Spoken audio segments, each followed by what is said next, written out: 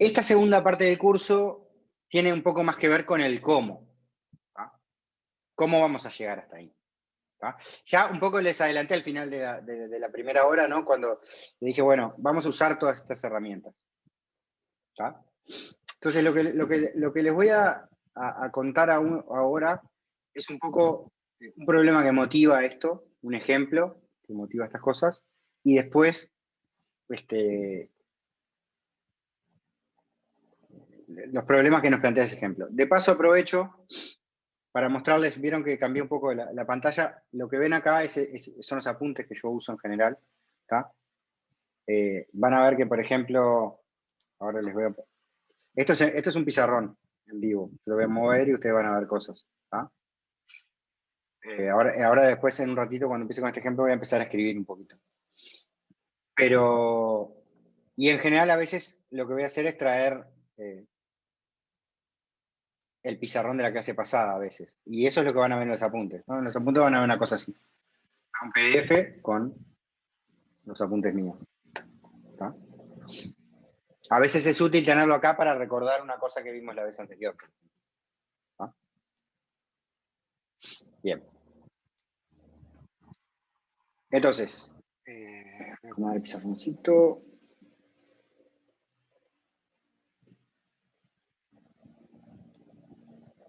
Tiene sus cositas.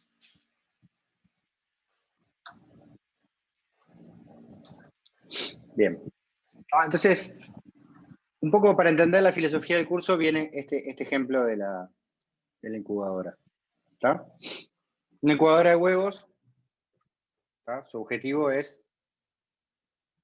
mantenerle al huevo o al embrión más en general las condiciones, las mismas que tendría si lo estuviera empollando una gallina, ¿no? Entonces, acá podemos aprovechar para hacer el mismo tipo de razonamiento, ¿no? Siempre los problemas empiezan así. Y esta es una cosa que es difícil acercarse a la realidad. Porque implica, nosotros estamos acostumbrados a que estoy con la cabeza en cálculo, entonces, sí, acá tengo que hacer derivadas, ¿no? Los ejercicios, piensen que este es el otro quiebre que va a haber, además de integrar, los problemas se van, este año, y va a ser por gusto, se van a empezar a volver abiertos, ¿tá? Ustedes están acostumbrados, o por suerte no tanto, pero en las matemáticas los acostumbraron a un sistema, ¿tá? Que es, va a ser práctico, haces el práctico de derivada, ¿no? Entonces 20 derivadas, entonces después va a ser parcial esperando encontrar un problema de derivada parecido al de los prácticos. Cuando no es parecido, en general, los estudiantes se quejan, porque es más difícil, porque, en fin. A veces hay cosas que se van de mambo, está claro, pero digo, en general, lo que uno hace sentir seguro es encontrar lo mismo. Ahora, está perfecto desde el punto de vista de la supervivencia dentro de la carrera. Desde el punto de vista del mundo real no tiene sentido, porque ustedes nunca se van a encontrar un problema parecido a lo que encuentran en los libros, salvo que tengan un trabajo demasiado mecánico, que no es tampoco lo que apuntamos que tengan. Entonces, parte de esto es que aprendamos a lidiar con las incertidumbres y los matices de la vida real. Las señales no son periódicas, ¿no? Hay un montón de limitantes. ¿No? Entonces, acá es lo mismo. Está bueno que hagamos repetitivamente este ejercicio de decir, bueno, pensemos en este problema de verdad. Tengo que fabricar esto, una incubadora. ¿Qué les parece que hace la incubadora? ¿Cuáles son esas condiciones que controla?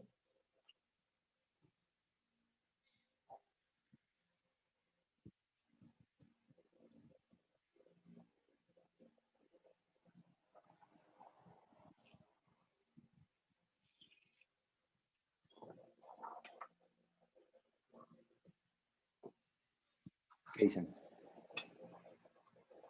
Temperatura medio que seguro, creo. Temperatura, sin duda.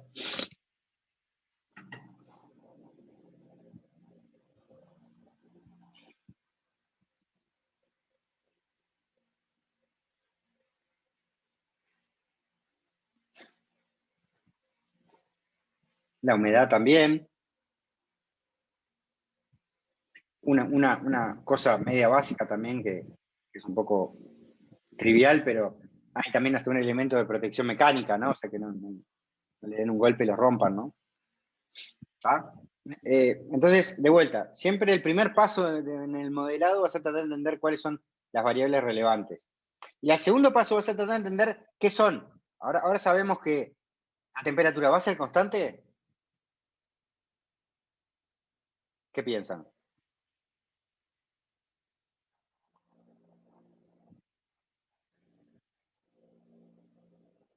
Y una constante perfecta no, pero capaz que puede mantenerse más o menos siempre cerca del mismo valor, supongo. Claro, pero eso es una cosa interesante. Yo desearía que fuera constante, ¿no? Y en todo caso, la temperatura en este sistema, ¿qué es? ¿Es una entrada o una salida? O quizás la pregunta hay que hacerla distinta. ¿Cuál temperatura?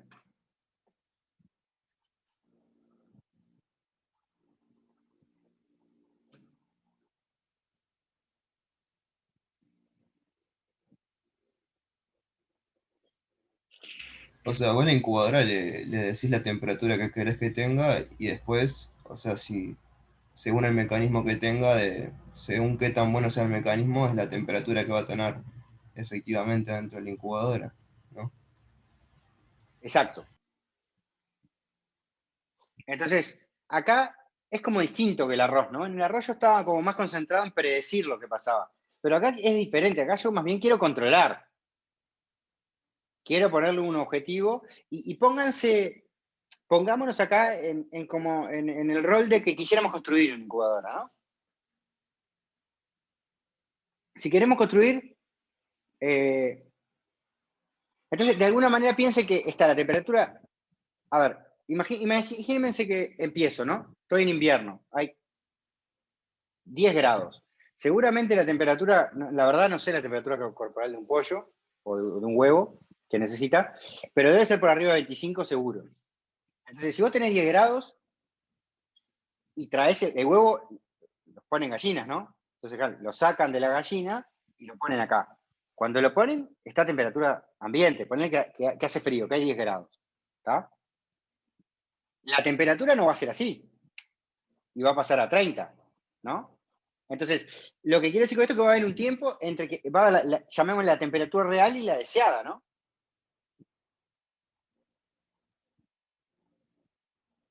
Y va a tomar un tiempo. Entonces, eh,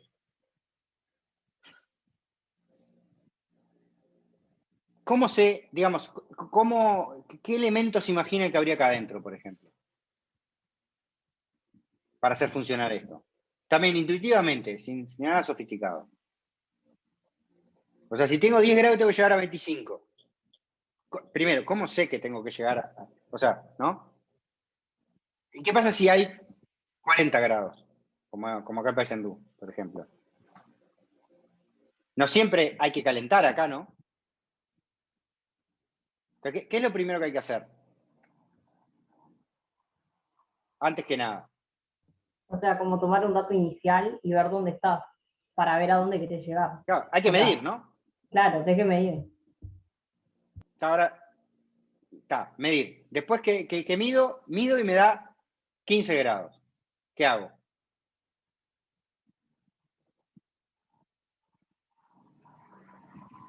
No sé si dijiste algo, Victoria, pero estaba haciendo. O sea, tenés 15 grados a querer calentar hasta determinado punto. Está, pero ahí hiciste algo. Yo quiero que le pongan nombre a ese algo que acabas de hacer. Querés calentar, pero si hubieran sido 35, hubieras querido enfriar. Enfriar. O sea, tengo ¿Qué que tomar una hiciste? decisión. Bien, entonces, tuviste que medir, tuviste que tomar una decisión. Después, está, la decisión es tengo que calentar. ¿Qué hago?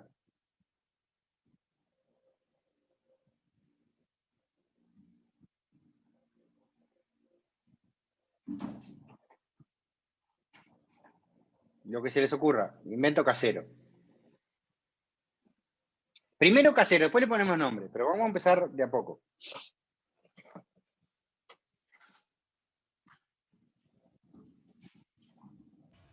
haces pasar corriente por una resistencia que se caliente. No sé. Eso no lo toca hacer, pero sí, está. Generamos calor de alguna manera, ¿no? Ustedes son demasiado jóvenes, pero capaz que conocieron que sus abuelos usaban algo que se llamaba un Zoom, por ejemplo. ¿No saben lo que es un Zoom? Se llama SUN, búsquenlo porque es uno de los inventos más tristes del Uruguay. Es un invento uruguayo muy triste. Es tan triste que los propios uruguayos, ayer escuché un cómico, la verdad esto no es mío el chiste, pero fue muy gracioso y mucho mejor contado que yo, pero es tan triste que lo tuvimos que prohibir. O sea, era un cable con una resistencia pelada metida dentro del agua. O sea, ¿qué puede salir mal? Nada, ¿no? O sea, más vale bañarte con el secador adentro de la bañera que estás en el mismo nivel de seguridad.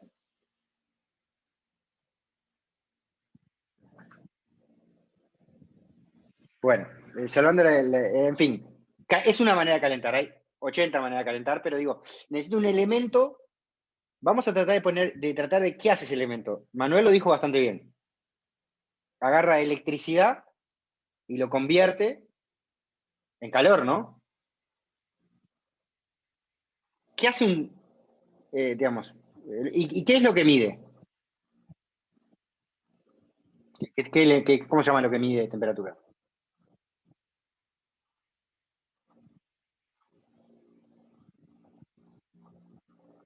Vamos, ¿Cómo? me dejen la No pata con esto. entendí. ¿Cómo se llama lo que ¿Termómetro? mide temperatura? ¿Un termómetro? Un termómetro. Bueno, un termómetro convierte calor ¿en qué?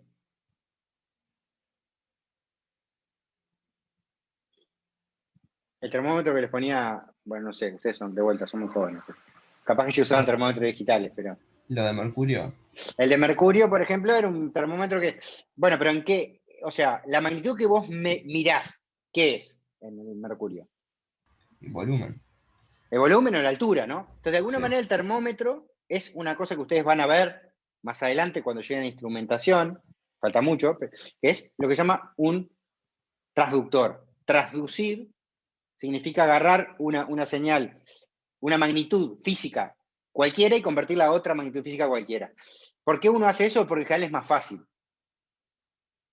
Nosotros, si bien yo soy, ustedes no, soy ingeniero eléctrico, pero compartimos un poco. El mundo se ha acostumbrado a todo lo que sea información transmitirlo eléctricamente, ¿no? Porque es la forma más fácil de transmitir, almacenar y mostrar información. Entonces, usualmente la traducción que ustedes van a ver, y por eso es tan importante tener circuitos y toda la electrónica que ven después, es que van a agarrar cualquier magnitud, en realidad el termómetro que van a usar, o sea, si usamos, les voy a mostrar otro ejemplito de incubador acá que encontré en internet, que se puede comprar ahí, casero, ese termómetro que está ahí te pone un número digital, no es una barra de mercurio. Es decir, que en algún momento lo convirtió a una señal eléctrica. O sea que tenemos a la entrada, mido. Medir se hace con un sensor. Un sensor adentro tiene un transductor que es la conversión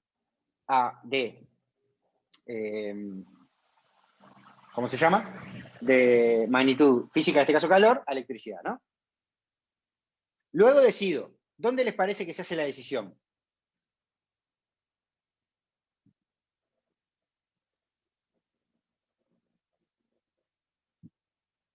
Y eso tenés que programarlo, me parece, porque tiene que tomar una decisión. No sé. Bien. Bueno, entonces ahí yo me imagino algo muy variable como lo puedo meter, y eso es parte de lo que vamos a ver, por ejemplo, en procesamiento digital, no en este curso. Va a haber algún tipo de, yo le llamaría sistema digital.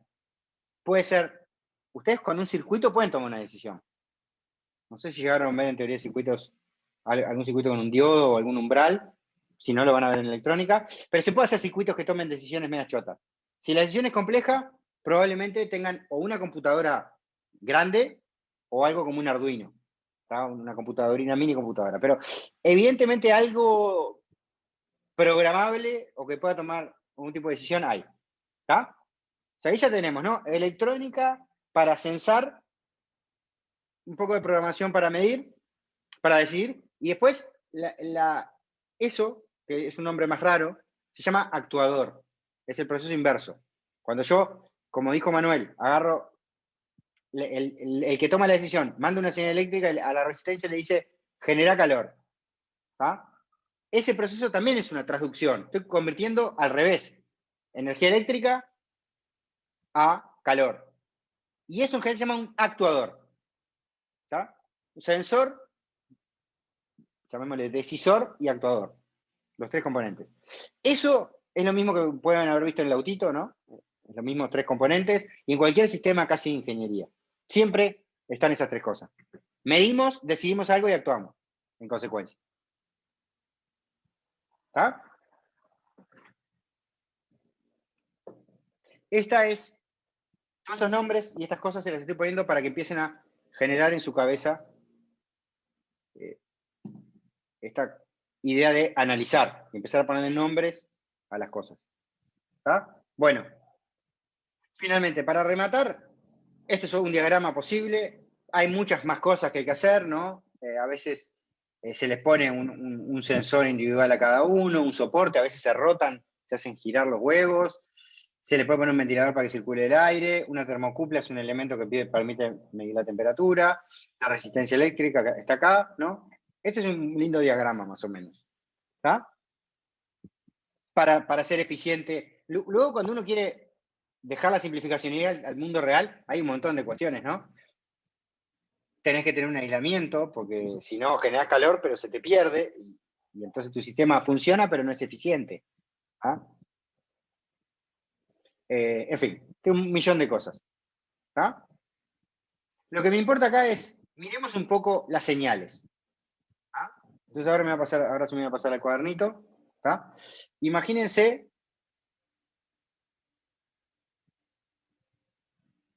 ¿Ah?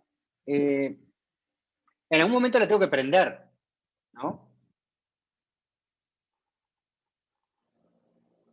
Entonces, la cosa que, ¿cómo se imaginan que es? E incluso yo quizás quiera variarle la temperatura a la incubadora. Pero asumamos por un momento que la quiero poner ahí, como dice, 37 grados, ¿no? Entonces, de alguna manera, voy a hacer una gráfica, ¿no? Acá, donde acá está el tiempo, y acá está la temperatura de entrada, ¿tá? Que va a estar seguramente en grados Celsius, ¿no? Y el tiempo en segundos. ¿Está? Bien. Entonces, yo digo, la temperatura deseada va a ser una cosa así, ¿no? Pongamos algo así. ¿Está? Fijada en 37 grados.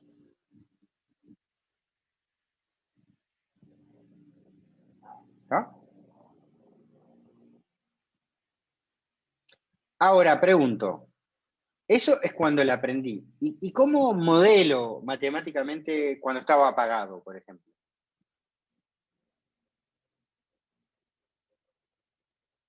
Piensen en un circuito si quieren para ayudarse, que es lo único que conocen hasta ahora.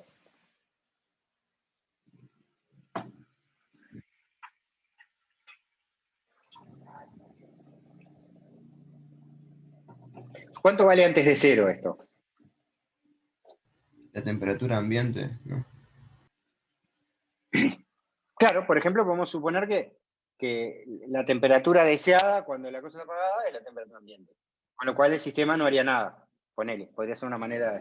Entonces pongamos que lo ponemos acá. ¿Está? Supongamos que la temperatura ambiente es 25 grados. No importa. ¿Está? Entonces de golpe lo prendo y paso de 25 a 37. ¿Ah? Esto es la entrada, ¿no? Lo que yo especifico la entrada es lo que yo controlo. O,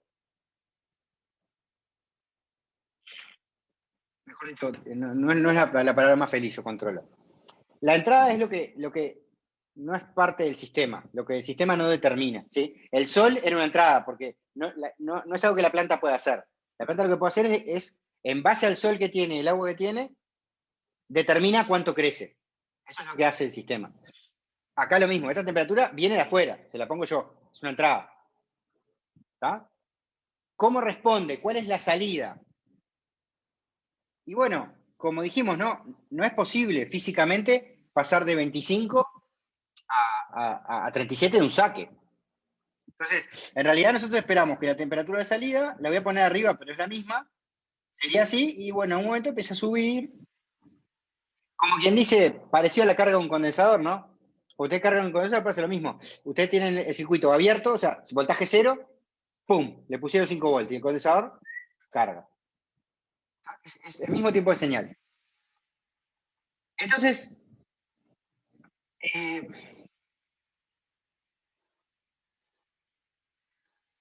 hay una primera cosa, ¿no? Ya ahora, ustedes saben del condensador, ¿no? Esto es una asíntota. ¿Cuándo terminé? ¿Cuándo llegué? Nunca, ¿no? O sea, puede que no llegue nunca, el condensador nunca se carga del todo. Entonces, en el mundo real uno tiene que empezar a poner cosas, ¿no? Decir, bueno, capaz que tengo que poner acá una tolerancia y cuando ponerle que esta tolerancia acá que le pongo es, no sé, medio grado, y bueno, cuando llegó más o menos a medio grado, ya digo que llegó.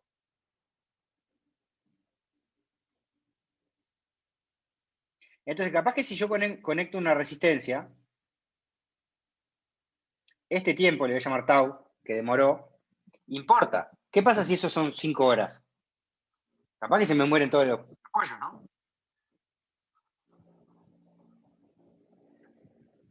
Entonces, no solo me importa lo que hace, sino cómo lo hace. ¿Tá? Piensen en otra cosa más. Hay un problema donde esto pasa mucho, siempre pasa. Hay muchos sistemas que tienen lo que se llama inercia. Ustedes están acostumbrados a la inercia mecánica, pero hay otras inercias, ¿no?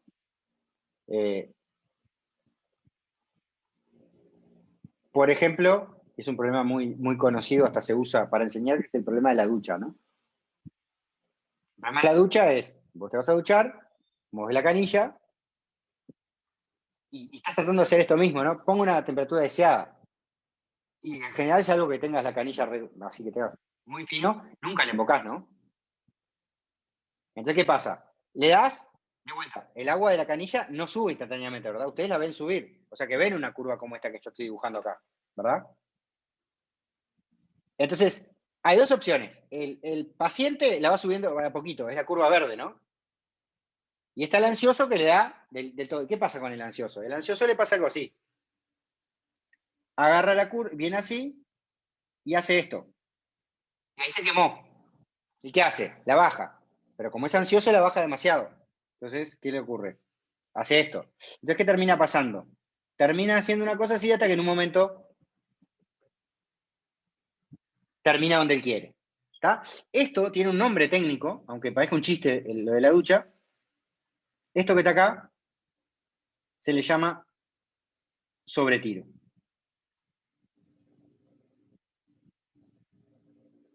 En inglés se llama overshoot.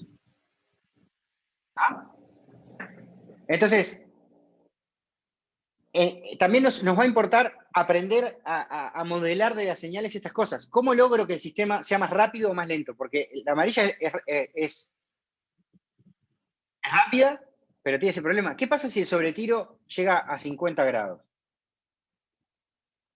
Me pongo un bar y vendo huevos fritos, porque los pollos marcharon todos, ¿no? Entonces, hay propiedades de alguna manera que no son deseables. ¿Tá? Capaz que para otro tipo de sistemas esa respuesta con sobretiro sirve. ¿Tá? No es un absoluto. Para esto no pasa nada mientras que el sobretiro sea 1 grado. Si el sobretiro son 10, capaz que es un problema. Entonces, tenés toda una gama de cosas en el medio y decir, bueno, está, capaz que pues, se me acaban los colores, pero bueno, capaz que puedo elegir acá, no sé, una en el medio que sube un poco más rápido y así, ¿no? ¿Ah? Entonces, esto es otra de las cosas que vamos a querer analizar en las señales, ¿está? Que es una cosa que ustedes no están tan acostumbrados a ver. Porque las señales, ustedes vieron, en teoría de circuitos, vieron bode, vieron un montón de cosas, ¿está? Pero mayormente trabajaron con cosas periódicas, como el clima, ¿no? Se repiten. Está bien, el clima es una señal periódica o semiperiódica real, pero se repite. ¿Tá? Ahora esta señal es totalmente diferente, ¿no?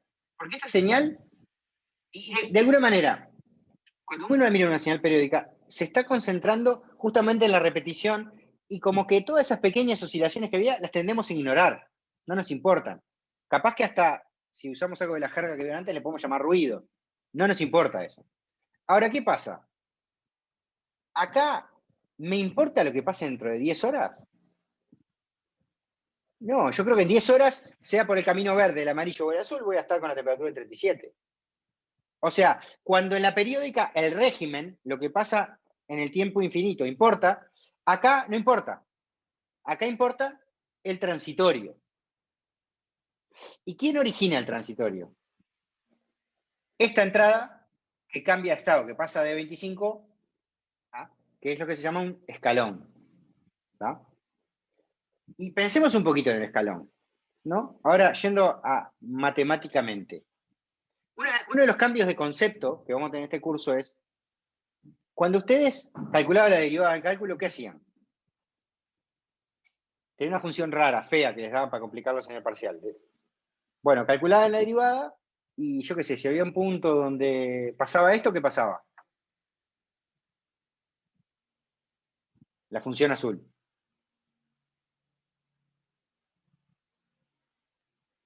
Y derivas primero, o sea, derivas en las partes que son continuas, ¿no? Claro, como que lo ignorás, decís, bueno, este pedazo que es continuo me molesta, lo saco.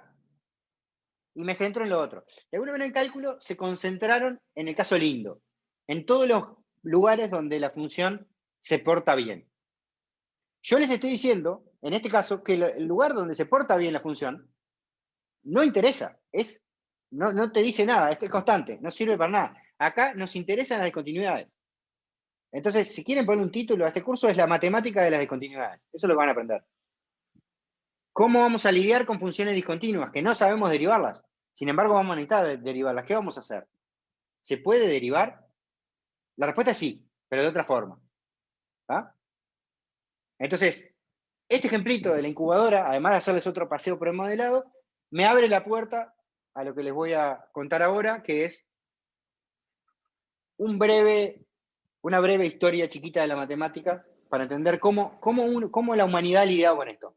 Cuando llegaste a, imagínense esto, olvídense que ustedes no están en la facultad.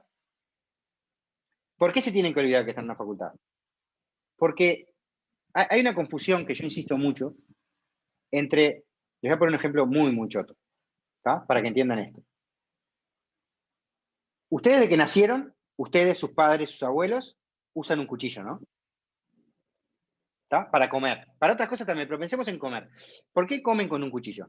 Digo, vos puedes agarrar el asado y morder los dientes, ¿no? ¿Qué te da el cuchillo? ¿Qué te provee? Además de más limpio, ¿no? Pero no me quiero centrar en eso.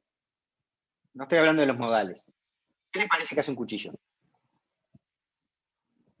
Corta. Y bueno, pero los dientes cortan. ¿Por qué no sigo usando los dientes?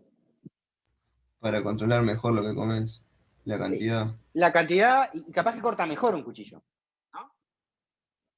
Entonces, eso tiene un nombre en psicología y en antropología. Se llama una extensión. El ser humano fabrica extensiones de funciones que ya tiene. ¿Ah? Ahora, yo voy a hacer un absurdo. Imagínense, yo digo, bueno, ya tengo un cuchillo. No necesito más los dientes. ¿Tá? Entonces me saco los dientes y me quedo solo con el cuchillo. ¿Qué consecuencias les parece que puede tener eso? Más allá de lo estético, ¿no? La única función de los dientes era cortar.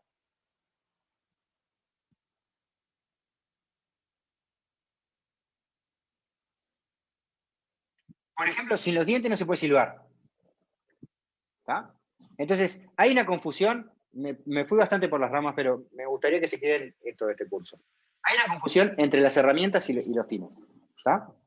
El fin del cuchillo es cortar. Es una herramienta para cortar mejor, pero es una herramienta. Un cuchillo no es una herramienta que sirva para silbar. En todo caso, para silbar te sirve un chifle. ¿Tá? Entonces, ¿por qué hice toda esta ida por las ramas? Porque la educación funciona igual. Una carrera es una herramienta para que ustedes aprendan. ¿Tá? Los señores que aprendieron esto no aprendieron yendo a la facultad. ¿Tá? Vinieron, llegaron hasta este punto, quisieron fabricar algo y se dieron cuenta que no les alcanzaba con lo que tenían. Y ahí dijeron, bueno, si no nos alcanza, y bueno, fabriquémoslo.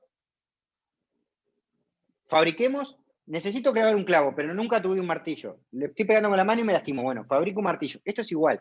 Vamos a construir herramientas matemáticas para resolver un problema, no porque, que es exactamente la forma inversa de cómo aprendieron ustedes. Ustedes aprendieron cálculo y no sabían para qué aprendieron cálculo. Es la manera, el sistema de educación es imperfecto, pero ahora estamos en un punto que podemos dar vuelta a la tortilla y hacer al revés. Decir, bueno, ¿qué queremos resolver? Esto, bueno, está. Con lo que saben no alcanza.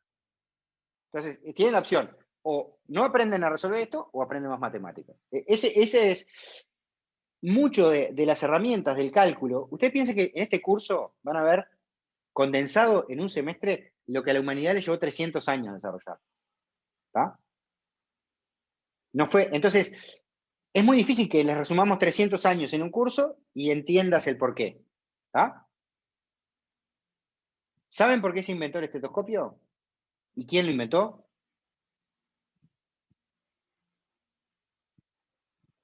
Bueno, el estetoscopio, como muchas otras inventos mecánicos o incluso leyes de la física, los inventaron médicos.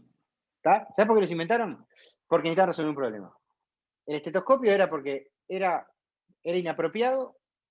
La manera de ocultar estetoscopio era poner la oreja en el pecho. Y era inapropiado, sobre todo con las mujeres, ¿no? Entonces, ¿cómo puedo escuchar sin tocar a la persona? Y además escuchar mejor, no sé si tuvieron la oportunidad de usar un estetoscopio una vez. Es impresionante cómo se escucha, ¿no? Bueno, está. Entonces, eso es una solución mecánica, física, a un problema concreto. Esa es la lógica y esa es la filosofía de la carrera. No es acumular conocimiento ¿no? Sino es aprender en esa dirección. ¿Está? Bueno.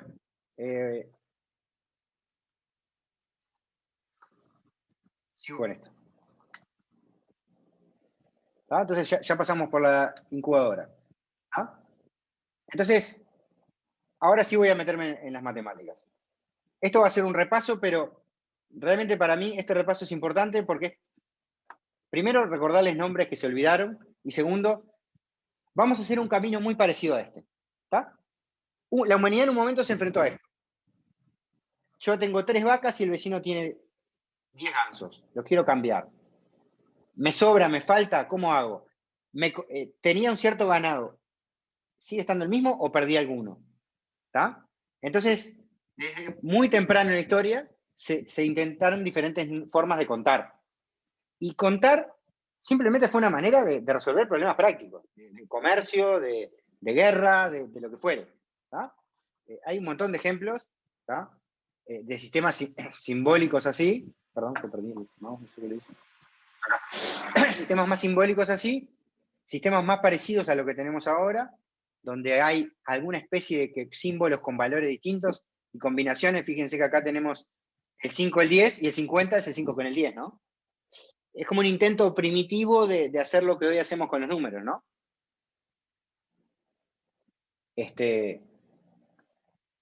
La repetición del símbolo 10 era el 30, ¿no? Así se podían ir construyendo cosas. Y así la humanidad dijo, primero, y esto es bastante divertido, esto lo tengo que, tómenlo con pinzas, creo que es cierto, pero nunca llegué a verificarlo 100%, que había tribus, creo que las hay todavía en el Amazonas, que eran nómades y se movían en grupos de a pocos. Entonces, esas tribus, en realidad, todas las cosas que contaban, no necesitaban contar hasta 100. Porque todo se reducía a, bueno, tengo 1, 2, 3 y muchos. No necesito. Mi problema, basta con resolver eso. ¿Para qué quiero un modelo con rozamiento del aire? Si me basta con contar eso. Entonces, los sistemas se fueron haciendo en base a las necesidades de cada lugar. A medida que evolucionaran las necesidades, se fueron progresando. ¿Está? Entonces, siguiendo más para adelante, hay sistemas más complejos. Este es muy divertido, se llama Quipu, es de los incas, que son piolas. Esto se parece. Porque, ¿qué pasa? Este es uno de los primeros intentos de almacenar numéricamente, ¿no? Esto sería la versión antigua de un libro contable, ¿no? Podías colgar cuerditas, las posiciones y la cantidad de nudos representaban las cifras, y con eso podías guardar un montón de números. Entonces, si bien en un momento pasamos de, y tiene que ver con la evolución, pasamos de lo tangible a lo abstracto, ¿no? Los árabes fueron los que introdujeron el sistema de número simbólico, ¿no? Donde en realidad el número no tiene relación con la cantidad. El 2 no son dos cosas, ¿no? Es un símbolo. ¿Tá? Que es un poco, también tiene que ver con la capacidad que nosotros tenemos que es la capacidad que tienen, digamos, los seres humanos de separar el símbolo de la cosa, ¿no? O sea, la palabra árbol no tiene nada que ver con el objeto árbol, es una abstracción. ¿Sí? Entonces, ¿cómo empezó la teoría de número? Empezó lo mismo, tenemos que contar de 1 a lo que sea, ¿no? Fue el... Disculpen. Me fue el cuaderno. Entonces, una manera de representar esto, capaz que lo vieron alguna vez, es como un diagramita. Esto no va a ser muy largo, esta parte. ¿Tá? Entonces yo digo, bueno, tengo que contar. Entonces lo primero que hago es, me genero un conjunto de objetos. ¿Tá? Así como ellos, como hicieron los simbolitos aquellos, yo digo que está el 1, está el 2, está el 3, y a eso le llamo los números naturales. ¿No?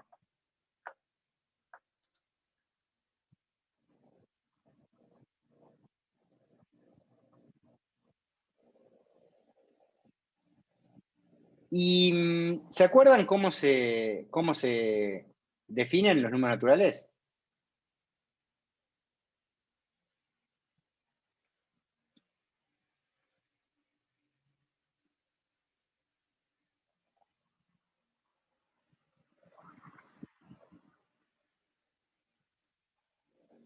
¿No? ¿Nada? ¿Cero?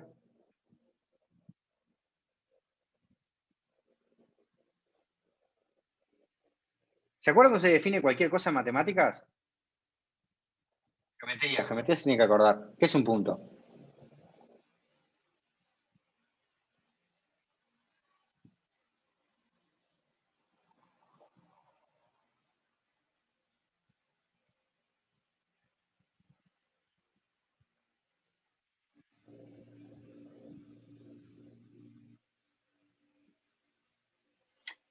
Un axioma, ¿no? Un punto no tiene definición. ¿Tá? La matemática se basa en la definición de unos primeros conceptos primitivos, que son axiomas, y después de eso se derivan propiedades, ¿no? Entonces, los números naturales se definen con unas cosas que se llaman los axiomas de... un poco corto ahí. Peano. ¿Está? Entonces, los axiomas de... Hay varias maneras de hacerlo, pero una era definir un primer axioma, ¿tá? Que diga que el 0 pertenece a los naturales. ¿Tá? Luego, los axiomas más comunes son recurrentes, es decir, dicen que para todo número que pertenece a los naturales, se define un número que le llamamos el siguiente, que también pertenece a los naturales. ¿Tá? Después hay un tercer axioma,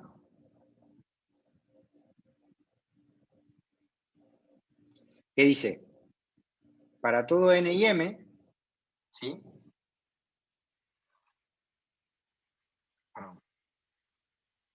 M es igual a m, si y solo si, el siguiente de m es igual al siguiente de m.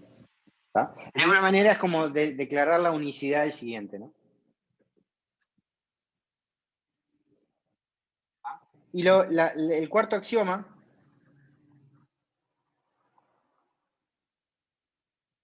¿tá? Es que no existe ningún número natural tal que su siguiente sea el 0. ¿Tá? Entonces, es una definición, si miramos el diagramita de arriba y lo que está abajo, es bastante diferente la definición, ¿no? En ningún lado enumeré realmente que el 1 está, que el 2, que el 3, que el 4, que el 5, que el 6, ¿no? Pero tiene sentido la definición, ¿no? De alguna manera estoy diciendo, el 0 está en el conjunto. Y no hay nadie antes del 0, o sea que 0 es el primero. Después del primero viene el 1. Después del 1 viene el 2, del 2 el 3, el 3 el 4. Y así puedo construir todos los naturales. Es lo que se llama una definición constructiva.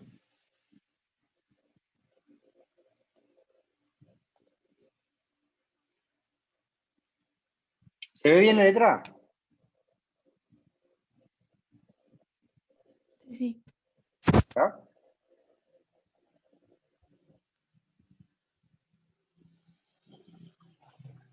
Entonces, esto ya lo vieron.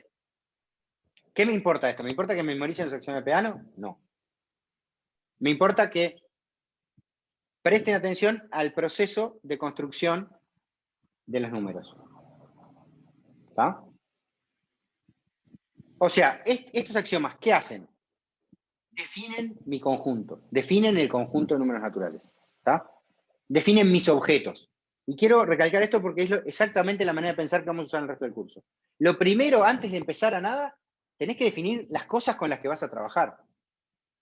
Ya voy a ir empezando a hacer una analogía. Acá, en este ejemplo, los objetos son números naturales. En esta materia, los objetos van a ser las señales. ¿Ah? Son objetos mucho más complicados que números. Pero sin embargo, si somos logramos hacer ese salto conceptual y tratamos de apoyarnos en estas cosas que son conocidas para nosotros, va a ser fácil hacer el salto. ¿Ah? Entonces, yo pregunto, ¿no? Volvamos al mundo real y a los incas y a los griegos y a los egipcios, ¿no? Está, definidos los números. ¿Y qué? Está, pueden contar las vacas. ¿Pueden hacer algo más que contar con esto que está definido acá? ¿Qué les falta?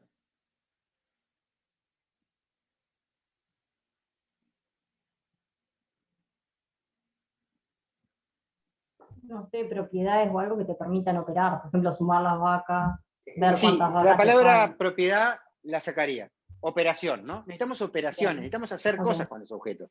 Entonces, esa va a ser la manera de trabajar este curso. Vamos a definir, varias veces lo vamos a hacer aparte, lo vamos a repetir varias veces. Primero definir un conjunto de objetos y las operaciones que se pueden y que no se pueden con esos objetos.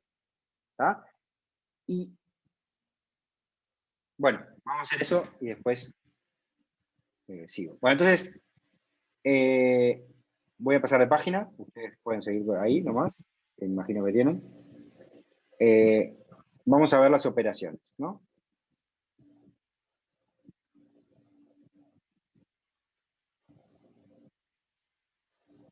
¿Ah?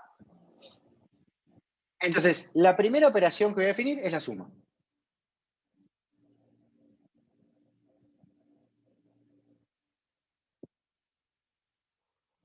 Y lo voy a hacer realmente porque quiero que presten atención a cómo lo voy a hacer, porque ustedes han incorporado cosas y uno cuando incorpora borra los detalles. ¿Tá? Y entonces a veces uno piensa y se queda con la idea de que como realmente no son conscientes de lo que están haciendo cada vez que hacen una suma, por ejemplo, tienden a olvidar algunos detalles que en este curso van a ser importantes. ¿Tá? Entonces, vamos a ir como despacio con esto. ¿La suma qué es?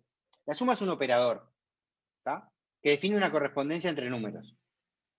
Que toma dos números naturales, y esto se expresaba así, producto cartesiano de n por n, y te entrega un natural. ¿Tá? Ahora, esto, tal cual está acá, no dice nada, ¿no? La multiplicación cae en la misma definición, cualquier operación cae casi en la misma definición, ¿no? Y entonces, lo primero que quiero dejarles claro es que una operación está asociada a un conjunto. La suma no es la suma. Ustedes cuando suman, se olvidan y te suman un entero con un natural, con un racional y con un complejo. Y lo suman todo igual. Pero la suma y cualquier operación tiene reglas distintas según con el conjunto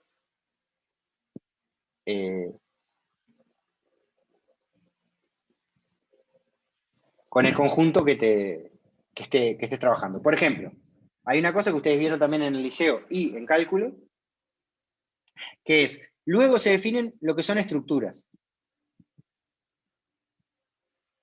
Eso es lo que hace una rama de la matemática que se llama álgebra. No el álgebra lineal, el álgebra sola. ¿Está? Y es definir qué pasa con los pares de conjuntos y operaciones. ¿Está? No se puede analizar el comportamiento de la suma sola. ¿Está? Entonces, luego hay propiedades. ¿Está?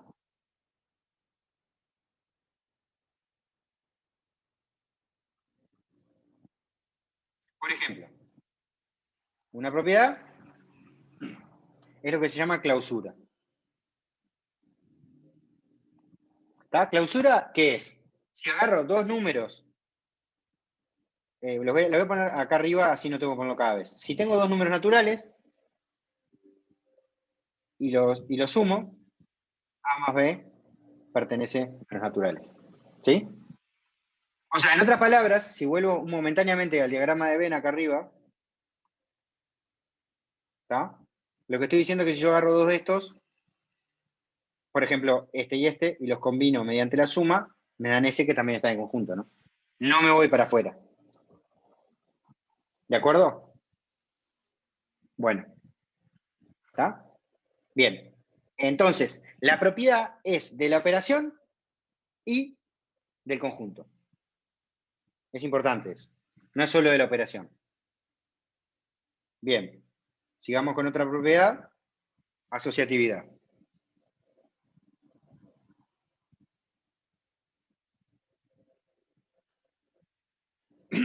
Bien.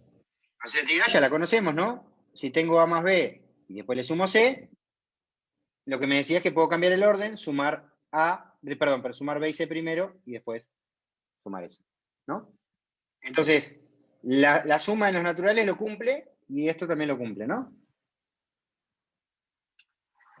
También existe una propiedad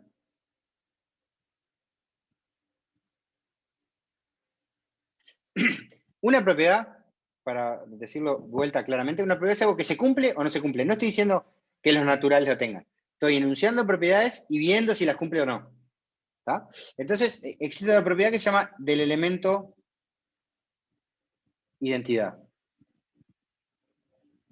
¿Está? ¿Qué es el elemento identidad? Que existe, ¿está? Un elemento E, perteneciente a los naturales, tal que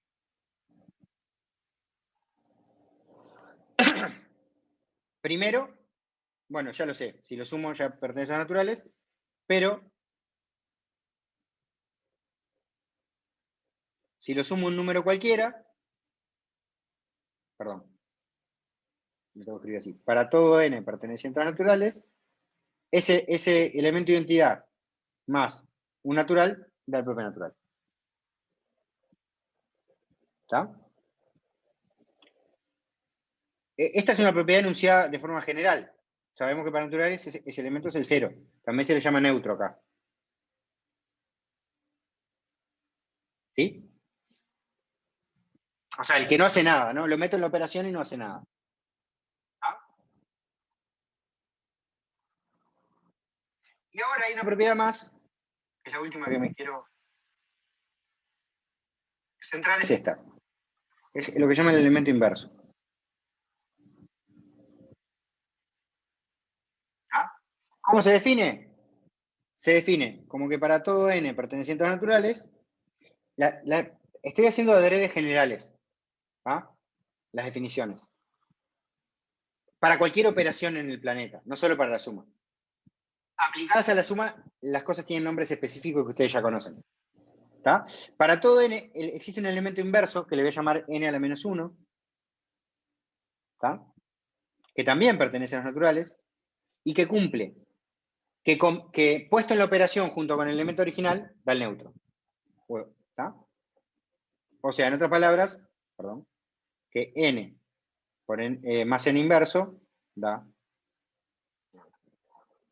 ¿Está? Pregunta, ¿esto se cumple en naturales?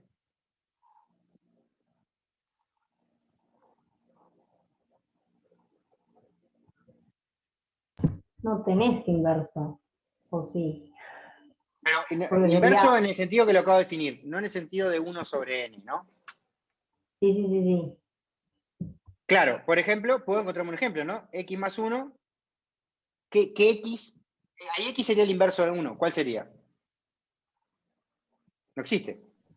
Claro, sería -1, pero no pertenece a los naturales. Ni siquiera, estoy en la época de los árabes, no existen los enteros todavía. Yo creé los naturales recién. Esto, entonces llego acá a un punto donde no puedo resolver esto. ¿Está? Entonces, ¿cuál fue la reacción? ¿Está? Fíjense que ni siquiera necesité crear la resta para tener este problema, pero si quisiera crear la resta, tengo este problema. Entonces, dejemos por un lado, por un momento la matemática formal y vayamos de vuelta al diagrama. Entonces, estábamos parados en la situación donde me construí mi conjunto, le llamé naturales, definí objetos, definí una operación, ¿tá?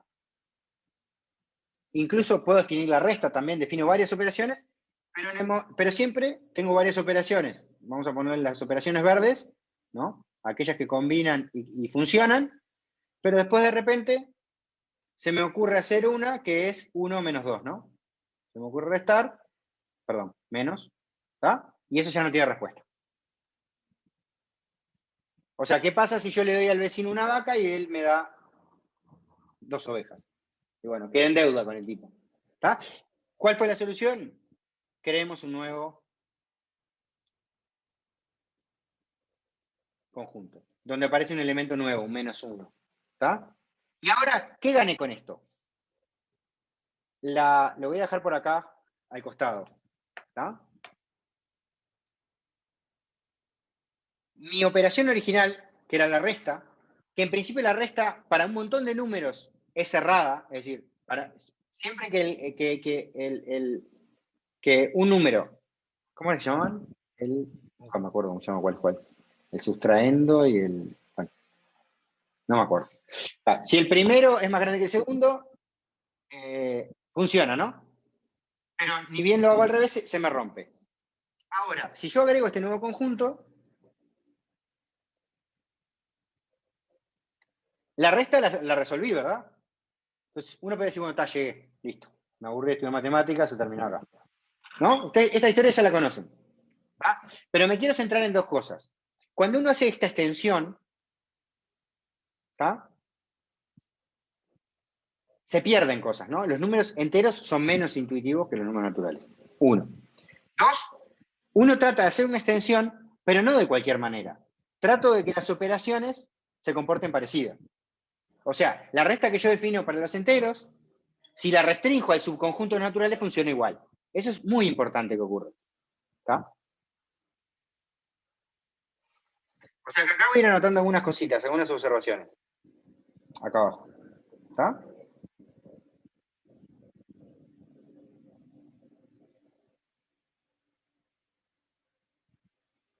De alguna manera, al generalizar, le voy a poner intuitivo porque esto depende mucho del caso, pero algo estoy perdiendo. ¿Está? En este caso, intuición, ¿no? Por otro lado, ¿qué me ocurre? O más bien no me ocurre, sino es como una especie de restricción que tiene que pasar. Debo mantener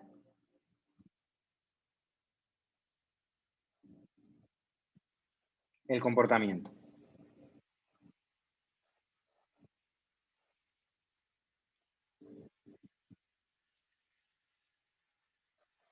Bueno, ustedes ya saben cómo sigue esta historia, ¿no? Si yo agarro después el -2 y el -3 y los quiero dividir, tengo el mismo problema, ¿no? Digo, divido -2 sobre -3 y me da el 2/3, ¿no? Y el 2/3 ya no está. Entonces, ¿qué pasó? Vaya y cree otro número, ¿no? Porque de vuelta, 2/3 no existe en los enteros. Entonces, quiero que en esto sean extremadamente conscientes de que esta división de acá, no es la misma que la división que ocurre acá. No es la misma. Se ve igual, tiene el mismo símbolo, pero no es la misma. ¿Ah? Entonces perfecto, creo los racionales. ¿Está? Y así lo mismo, ¿no? Después quiero hacer raíz de 2. Esta historia ya la conocemos, ¿no? Tengo no sé, tengo el 7, quiero hacer la raíz cuadrada, se me sale para afuera. ¿Está? Raíz cuadrada. Y así genero todos los conjuntos, ¿no? Los irracionales. Y después de los irracionales, ¿qué pasa? Quiero hacer la raíz de -1. Y entonces aparecen los complejos. Pero quiero que lo que entiendan es que la motivación de ir agrandando esto es ir cada vez más extendiendo las cosas que puedo hacer. ¿Está bien? Bien. Para terminar, prometo que esto es lo último. ¿Cómo aterriza esto en nuestro curso? ¿Está? Ustedes vieron una matemática ahora. ¿Está? Quiero que vean, se queden con este dibujo. Este dibujo, si uno lo hace a escala, probablemente de los números complejos, los naturales son estos. Son un pedazo. Digo, es difícil comparar porque son todos infinitos, pero digo, en cantidad son muchísimos menos. ¿Está? Entonces, el universo de los números es muy grande. Y los números lindos, los naturales, son pocos. Entonces, lo que vamos a trabajar en este curso es sobre el universo de las funciones. ¿Está?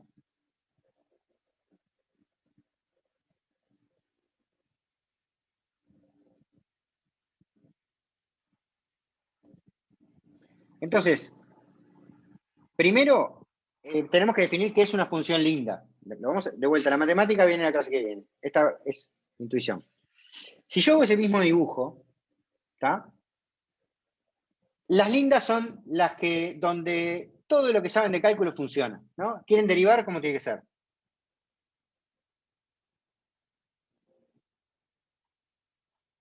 ¿Cómo tiene que ser?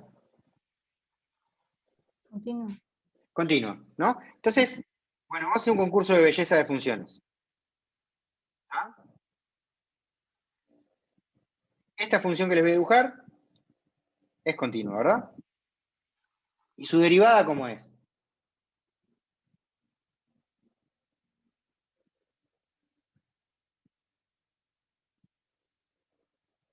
¿Cuál es su derivada? La pongo acá abajo. Si esta es f, ¿quién es f'? Me van a mandarlos. Miren que mi amenaza, Bruno está de testigo, es mandarlo de vuelta a cálculo. ¿Eh? Se cumplen. Y aparte, miren que Bruno, así como lo ven, tiene pinta de simpático, pero es peor que yo. Bueno, derivada.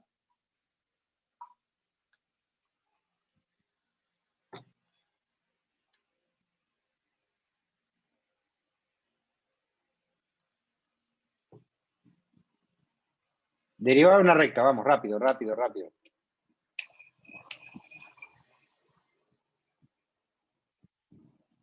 De una recta es una constante. Bien, Ahí te puede dar, creo que es 1 menos 1 y el 0 no es derivable. bien, bien. Fantástico. Con lo cual tengo uno, bueno, dependiendo de la pendiente, ¿no? Pero en todo caso va a ser así. Entonces, yo le pregunto, si defino acá mi universo de funciones, ¿no? Y defino las funciones que yo le llamo continuas, y tengo acá esta amiga f acá, acabo de generar una operación con f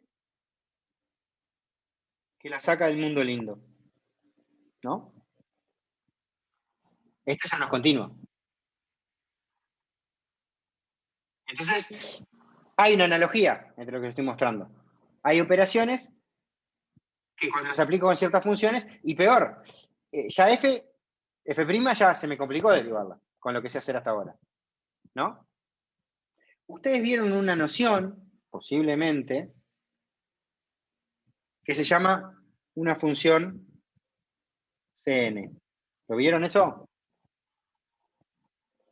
La función Cn es una función continua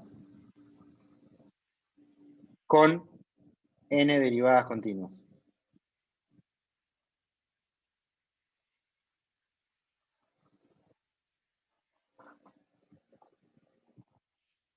Entonces, esta función, en esta jerga, sería una función C0. ¿Está? O sea, C0 es este primer conjunto. Las funciones continuas. Hay otras funciones que cuando las derivo, quedan continuas, ¿verdad? Por ejemplo, ¿cómo lo haríamos acá? A ver.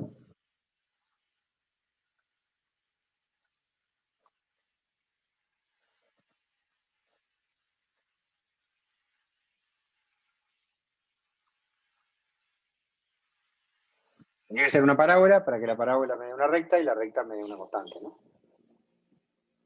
¿Ah? Entonces, una C1 es continua con una derivada continua. ¿Ah? Una C2 es la derivo una vez, la derivo otra vez y esa queda continua. Y existen unas que se llaman C infinito. ¿Está? Que tiene infinitas derivadas continuas. ¿Se le ocurre alguna que pueda cumplir eso?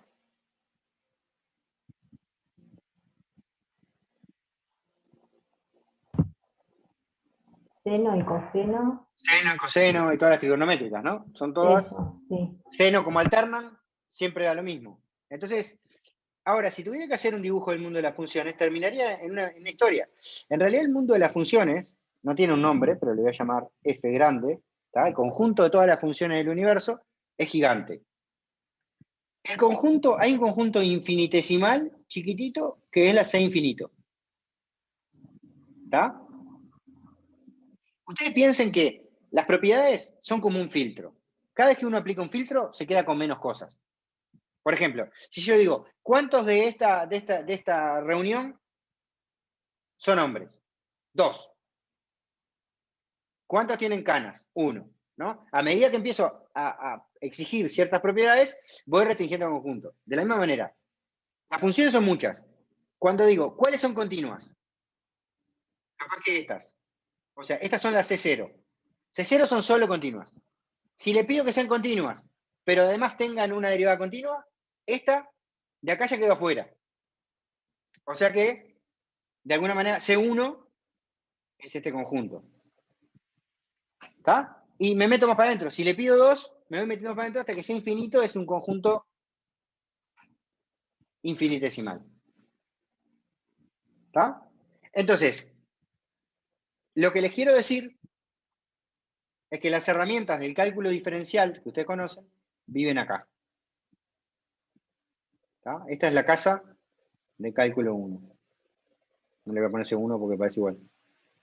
Bueno, ahora nos llama más cálculo 1, cálculo div. ¿Sí? El cálculo diferencial vive ahí. Ni bien me salgo y las cosas son discontinuas, se me rompe todo el cálculo diferencial. ¿Está? Entonces, lo que vamos a hacer en este curso, motivado por la incubadora, queremos trabajar con señales discontinuas, porque para nosotros lo discontinuo es lo interesante, pero las herramientas se nos rompen. Entonces, ¿qué vamos a hacer? Lo mismo que la teoría de números. Vamos a extender las cosas que sabemos hacer, en particular la derivada, a trabajar con cosas más generales. Van a aparecer comportamientos raros, diferentes, pero algunas cosas vamos a poder hacer.